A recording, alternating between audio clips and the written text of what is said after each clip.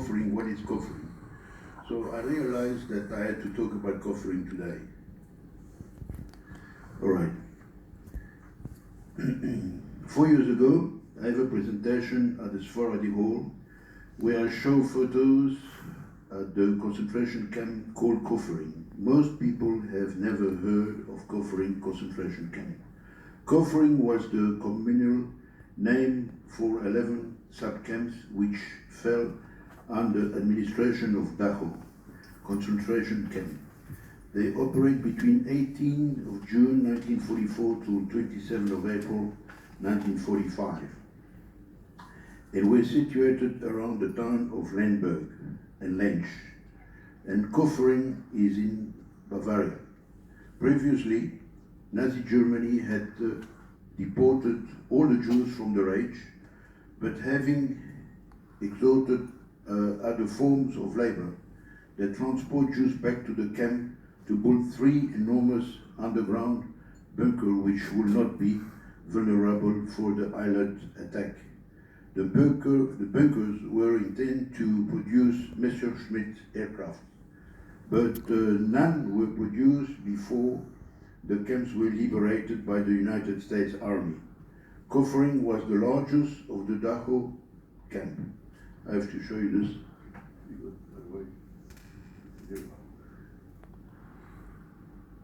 That's Kaufering there, as you can see. And Dachau is 60 kilometers away from there.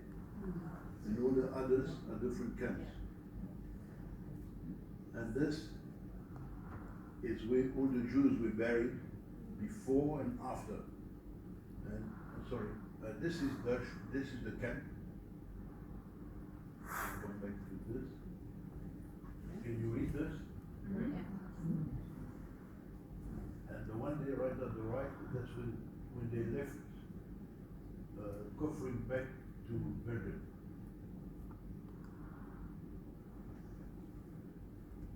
That's where they used to work. That's where That's where they used to work. Can you imagine they were pushing this?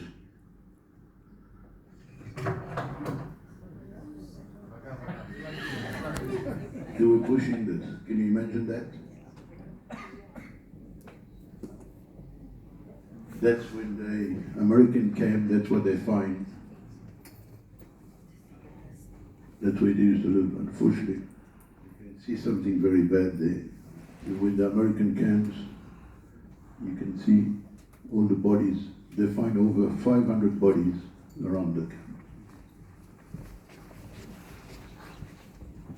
And that's where they used to live. That's where my story starts.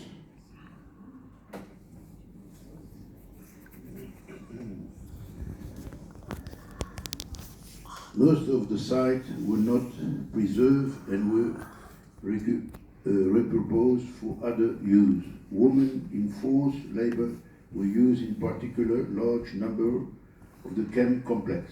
About 4,200 female prisoners had to work in armament production. In addition to the fame of Hitlerstadt, the special things about this place is their barracks of the former women camp have been preserved, which are currently being preserved by a construction project. An information center with a permanent exhibition will also be created in this chance for a remembrance that also does justice for the fate of formerly imprisoned women. A few years ago, that's where my real story starts of this place. A few years ago, I received a mail asking whether I am related to Allegra Mallel. I replied that she was my father's sister. I then received an email from a German gentleman called Manfred Dürr, who is in charge of taking care of the remaining of the Kaufering camp. Mr. Dürr is the director of the European Memorial of Lemberg. I am in constant contact with him, and most of the archives about Kaufering concentration are from Mr. Manfred Dürr and his wife Helga. I was most surprised to discover that many of our Odinsley survivors were in this Kaufering concentration camp. I received the following mail. During the restoration of accommodation of the former concentration camp Kaufering 7, while taking pictures of the interior of the clay tube building, that's what they call that, the barracks where they used to live, I found 4 names engraved on the title by 4 women from Rhodes. That's where they used to live. And they, sorry. Okay, I have information that I was possible that this woman immigrated in Africa after the, sorry. During the restoration of the accommodation of the former concentration camp, Kaufering 7, while taking pictures of the interior of the clay tube building, the barracks where they used to live, I found 4 names engraved on title by 4 women from Rhodes. I have information that it was possible that these women immigrated to Africa after the war. I would like to establish if the following persons are known to your institute. Do you have information about these survivors? What happened to them after the liberation? Their names are Rachel Soulam, daughter of Ruben Soulam, and Boulissa Hassan. Allegra Mallel, daughter of Nissim Mallel and Zimbul Habib. Suzanne Gaon, born Suzanne Gaon, that's what I have. Laura Hassan, daughter of Hasdai Hassan and Leah Aladef.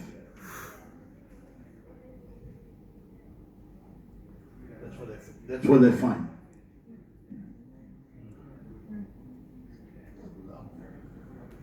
Well, they knew they were going to die, so they put the name on.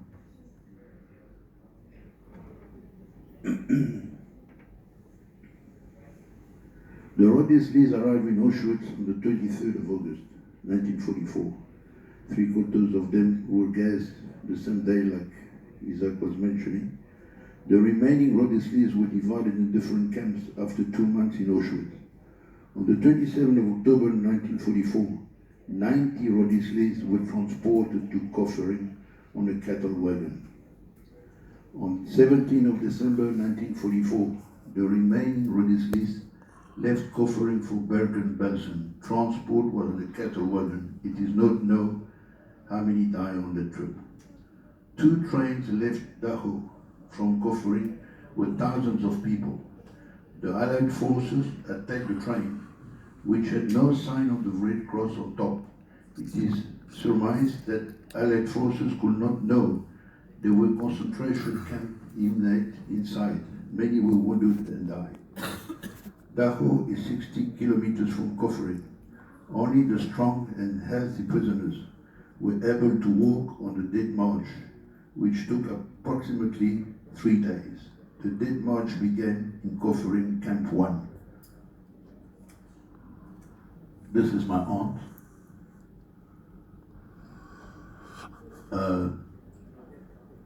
I'll come back to that later.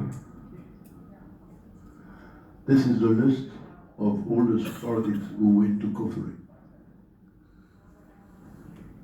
This is in the wagon. This is on arrival of the US soldiers at Kaufering. That's what they find. And what happened? The following day that the Americans arrived, they decide to call all the Germans from all the areas around to come and pick up the bodies and bury them. I've got other pictures, but I could not show them. They were so... I could not show them.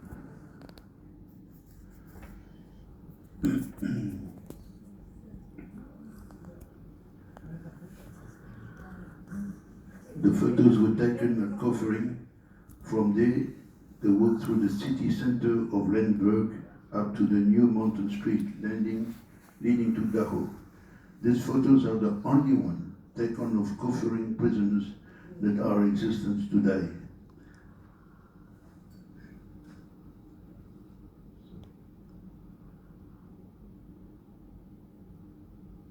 Sorry about that.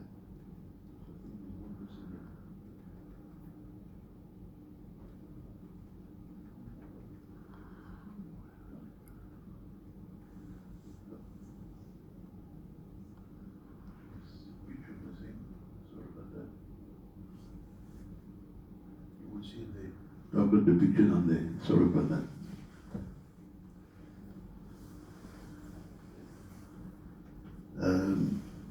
Okay. And I have a list of the deceased men who died in Kaufering. If any of you have any relations with these people, I would like you to come forward later on and tell me about how you are related to them. The names are, I did a study of their ages, so I've got the name and the age.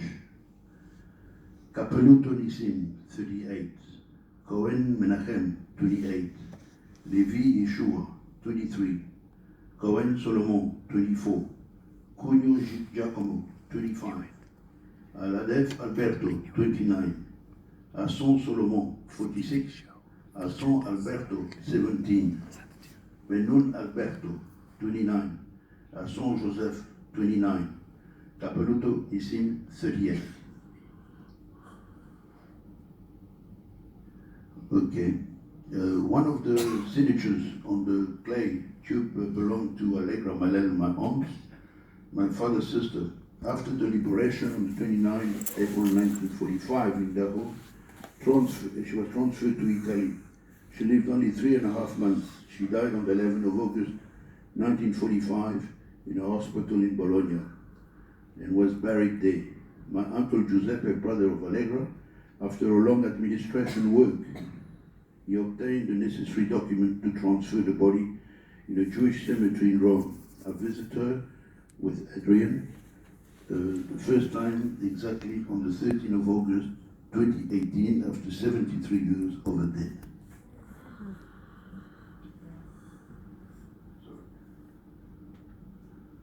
That's when she was brought from Bologna to Rome. My uncle did that.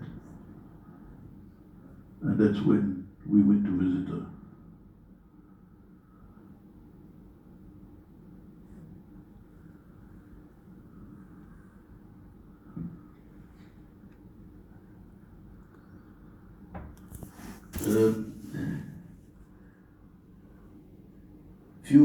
Few of our survivors were in this camp, like the late Violette Mayofins, Belina Asson Sigura, Lucia Capeluto Habib. Regarding Lucia, she wrote a small book on the story and does mention Kaufering. In the list that I received, they wrote Capeluto with a K. See this? There we are. There we are. Capeluto Lucia. I sent that to Isaac. He was very surprised to see that.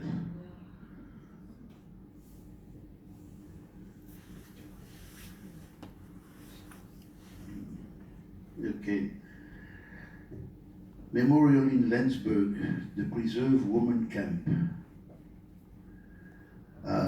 There may be a unique opportunity in the coming years for commemoration that commemorate the victim of the Nazi system in the region in a specific way. The Preserve Barracks on the site of the former Kaufering 7 camp on which the European Holocaust Memorial Landsberg stands today, renamed the former women camp. They are currently being restored with funds from the German Foundation for the Monument Protection and Bavaria State Minister of Education and Culture, Science and Art, and preserve for future generation. Information center with permanent exhibition may also be built in the long term. Currently, it's being examined whether such plan can be implemented in the site, says Manfred Kuhler, head of the construction project. Speaking with Manfred Kuhler, no Sephardic has visited Kaufering, and I hope that to be able to visit him and take a commemoration plate with me. There is a website that I can give you later on if you want. Well, that you can go ahead and visit your friend afterwards. This is Manfred, yeah. He's been doing a lot of work and amazing work, And this is some Israelis who came to visit him before the COVID. And naturally after the COVID, it was not possible. But that's what he did this year. He did a reception with some German people. Well, I hope you like what I've done. Thank you.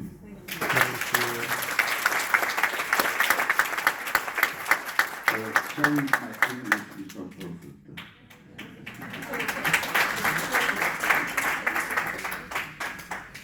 We told them to say it in French. Thank you very much, Joe. And just as a closing, thank you all for coming. We have a short poem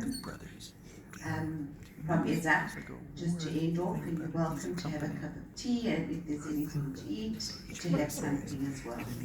Thank you. When I saw these pictures, that's the one, and it says that they found Kaufering.